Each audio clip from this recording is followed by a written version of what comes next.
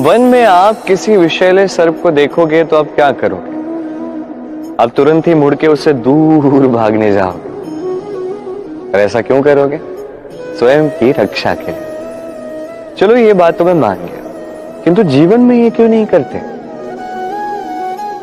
अब जहां भी जाते हैं, जिस भी स्थान पे जाते हैं, हर एक स्थान पर, हर एक समय पर ऐसे विषैले सर्प होते ही हैं। ये वो सर्प नहीं है जो आपको वन में मिलते हैं, ये वो सर्प हैं जो आपको पाप करने के लिए प्रेरित करते हैं, जो आपके भीतर की वासना, क्रोध, अहंकार, लोभ, ईर्ष्या, ये सब कुछ बढ़ाते हैं। देखिए, वन का ये सर्प, ये एक बार बख्श भी दे, हमें ना डसे, किंतु ये जो पाप साधन सर्प है, ये अवश्य ही डसेगा। कर्म करोगे तो उसका फल तो मिलेगा। इसलिए जब भी कहीं भी जाओ, आप किसी को देखोगे या आप कुछ ऐसा देखोगे जो आपको पाप करने के लिए प्रेरित करे, तो तुरंत ही उससे दूर भाग जाइए, जैसे वन के सर्प को देख के आप भागते हैं। सत्कर्म की रक्षा आवश्यक है। आइए मेरे साथ प्रेम से कहें, राधे राधे। मनुष्य जीवन में सबसे अधिक महत्वपूर्ण है मन की एकाग्रता। इस संसार में जो भी महान कर्म हुए हैं, ये मन की एकाग्रता का ही फल है।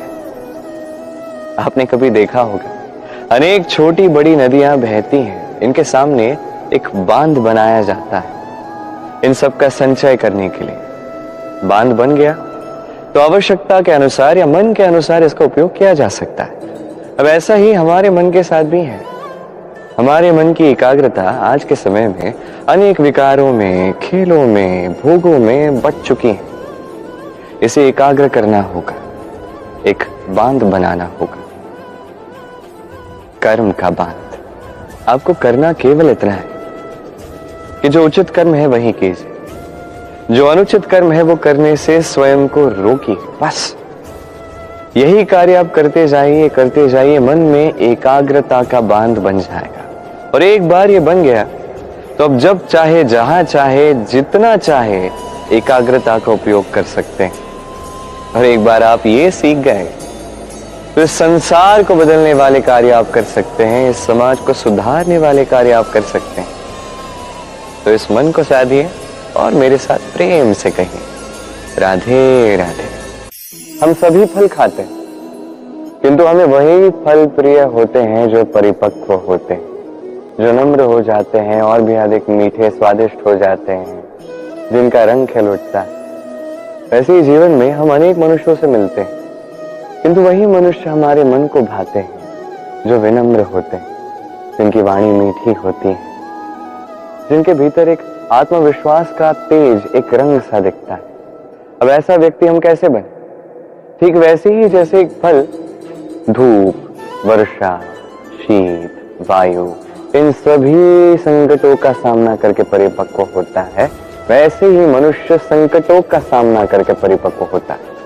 इन संकटों का सामना करोगे तो अनुभव मिलता है, यही अनुभव सीख देता है। ये अनुभव हमें ये सिखा जाता है कि हमें विनम्र रहना चाहिए, अहंकार में कुछ नहीं रखा। हमें मीठी वाणी का मूल्य समझा जाता है, यही अनुभव हमें समझाता है कि उचित क्या है, अनुचित क्या है, हमें स्पष्टता दी जाती है।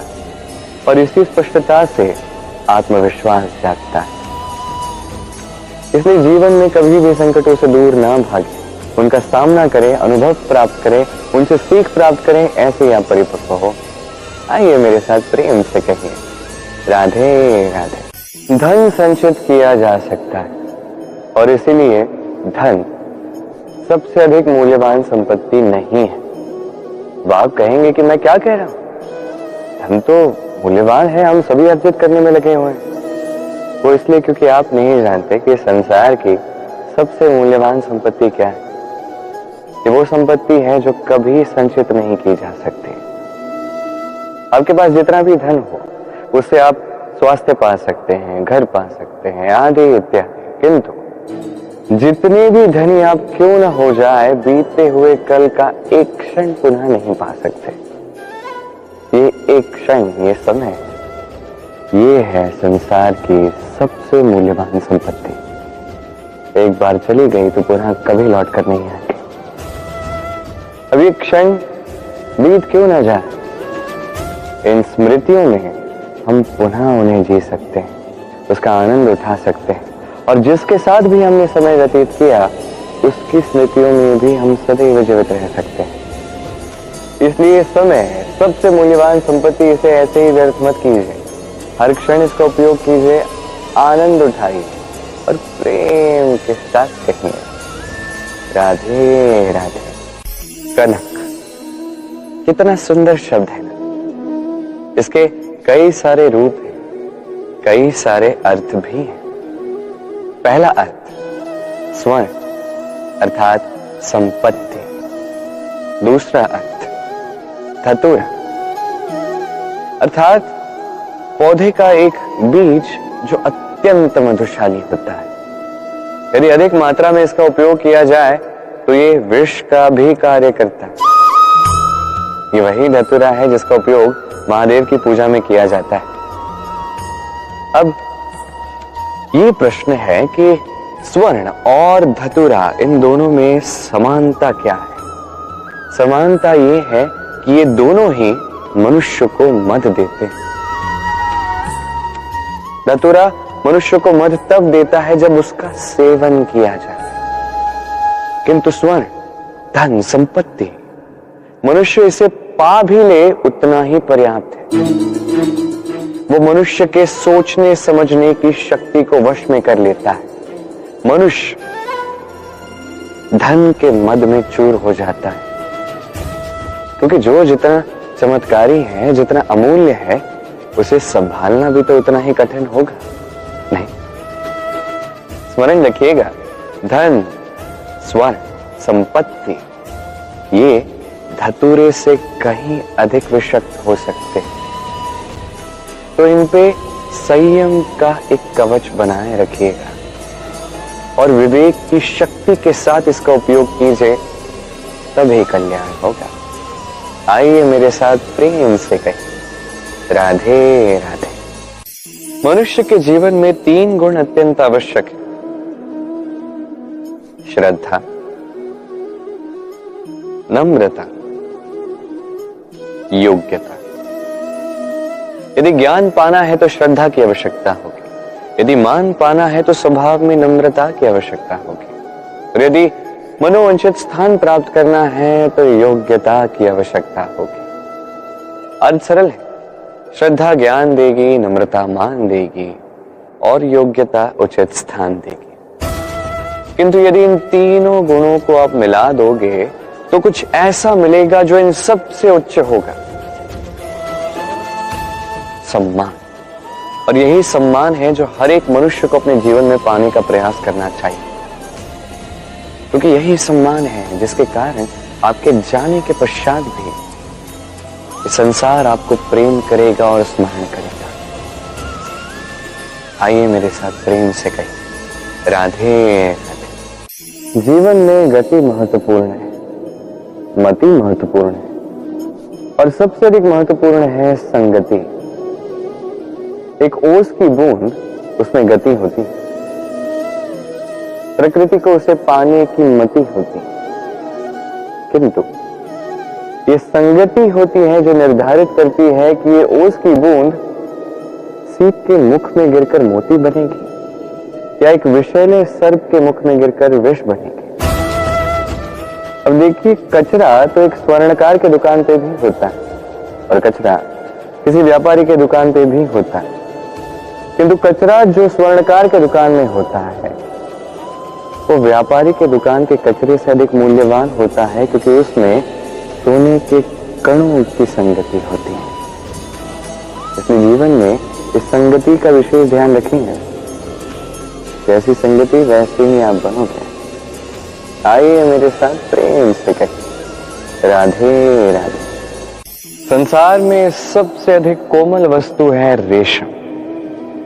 ये रेशम इतना अधिक कोमल होता है कि इसका पूरा का पूरा थान मात्र एक हाथ में समा जाता है। कभी सोचा है कि ये रेशम बनता कैसे? एक कीट की लार से रेशम बनता है। ये कीट उस रेशम को घुमाता जाता है, घुमाता जाता है, घुमाता जाता है और धीरे धीरे उसी में फंसता चला जाता है।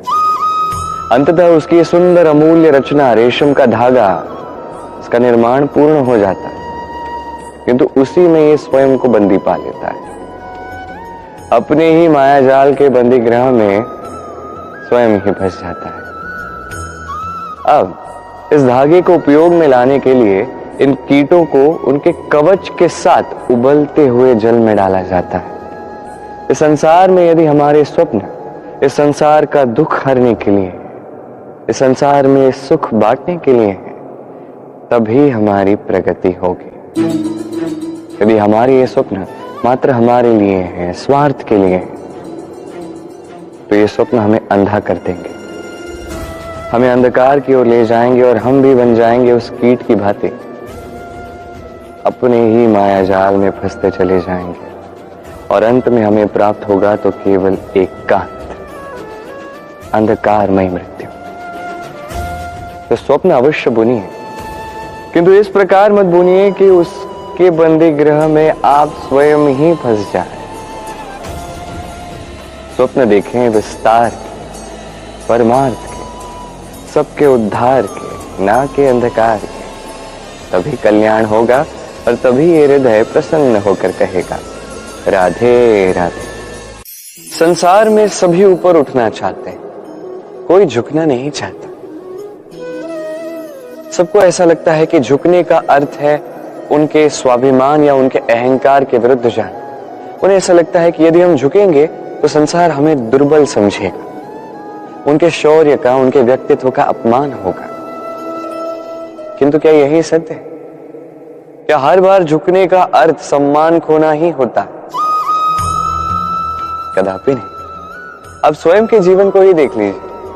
आपकी कोई अमूल्य वस्तु नीचे गिर जाती है तो आप कैसे उठाते हैं? उस वस्तु को उठाने के लिए आपको नीचे झुकना ही पड़ता है। आप बड़ों का आशीष कैसे प्राप्त करते हैं? आपको झुक के ही उनका आशीष प्राप्त करना पड़ेगा, नहीं? सोचिए, आप किसी मार्ग पर चल रहे हैं, आपको देखना है कि आप उचित मार्ग पर चल रहे हैं या नहीं, कहीं पांव के नीचे कांटा ना आ जाए। कैसे देखेंगे? आपको शीश झुकाकर देखना ही पड़ेगा। इसका अर्थ क्या है? अर्थ सरल है। हर बार झुकना अनुचित नहीं है, सम्मान खोना तो कदापि नहीं है।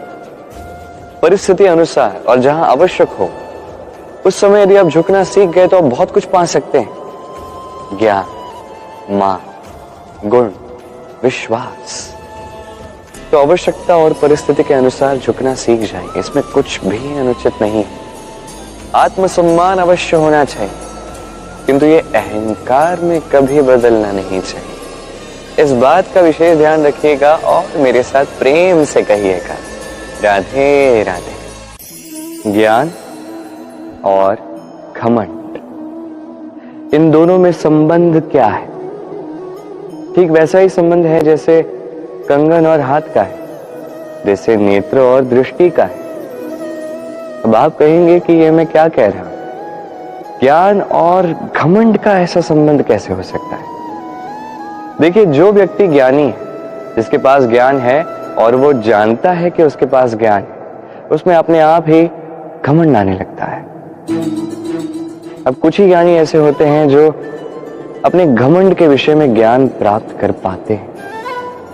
वास्तविक ज्ञानी तो वो होता है जो अपने ज्ञान का उपयोग करके घमंड को दूर करता है, उचित समय पे समझ जाता है, स्वयं में झांक कर ये बात समझ लेता है कि उसके भीतर अहंकार जाग रहा है और स्वयं को वहीं रोक देता है ताकि अहंकार के मार्ग पर वो आगे ना बढ़े। ये घमंड, ये कब उचित है, कब नहीं, कब इसका उपयोग करना है, कब नहीं, कब इसे रोकना है, दूर करना है, ये सीखना आवश्यक है। और यदि ये आप सीख गए तो आप ज्ञानी भी बनेंगे, सुखी भी रहेंगे।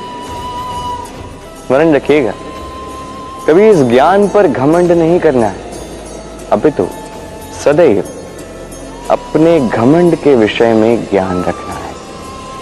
आइए मेरे साथ प्रेम से कहिए राधे राधे। यदि मैं ठान लूं, मैं निश्चय कर लूं कि मैं एक मूर्ति बनाऊंगा, अब कुछ समय के लिए वो कार्य करूं, फिर कुछ समय के लिए रुक जाऊं, फिर कुछ समय के लिए वो कार्य करूं, फिर कुछ समय के लिए मैं रुक जाऊं, फिर कुछ समय के लिए कार्य करूं और फिर कहूं कि अब आलस आ रहा है, कुछ समय के लिए विश्राम कर लेता हूं। यदि इस प्रकार मैं कार्य करूंगा तो क्या ये कार्य उचित समय पर और उचित प्रकार से पूर्ण होगा? कदापि नहीं। यही नहीं, कोई भी कार्य हो, यदि पूर्ण करना है, उचित प्रकार से करना है, उचित समय पर करना है, तो आवश्यकता है सत्यता की और अखंड प्रयास की। बिना सत्यता के जो भी कर्म कीजिए मनोवांछित समय पर पूर्ण नहीं होगा और मनोवांछित फल तो कदापि नहीं मिलेगा। तो जो भी कार्य आप आरंभ करें सत्यता के साथ और अखंड प्रयास के साथ कीजिए, तभी कर्म और तभी ये जीवन सफल होगा और ये मन प्रसन्न होकर कहेगा राधे राधे।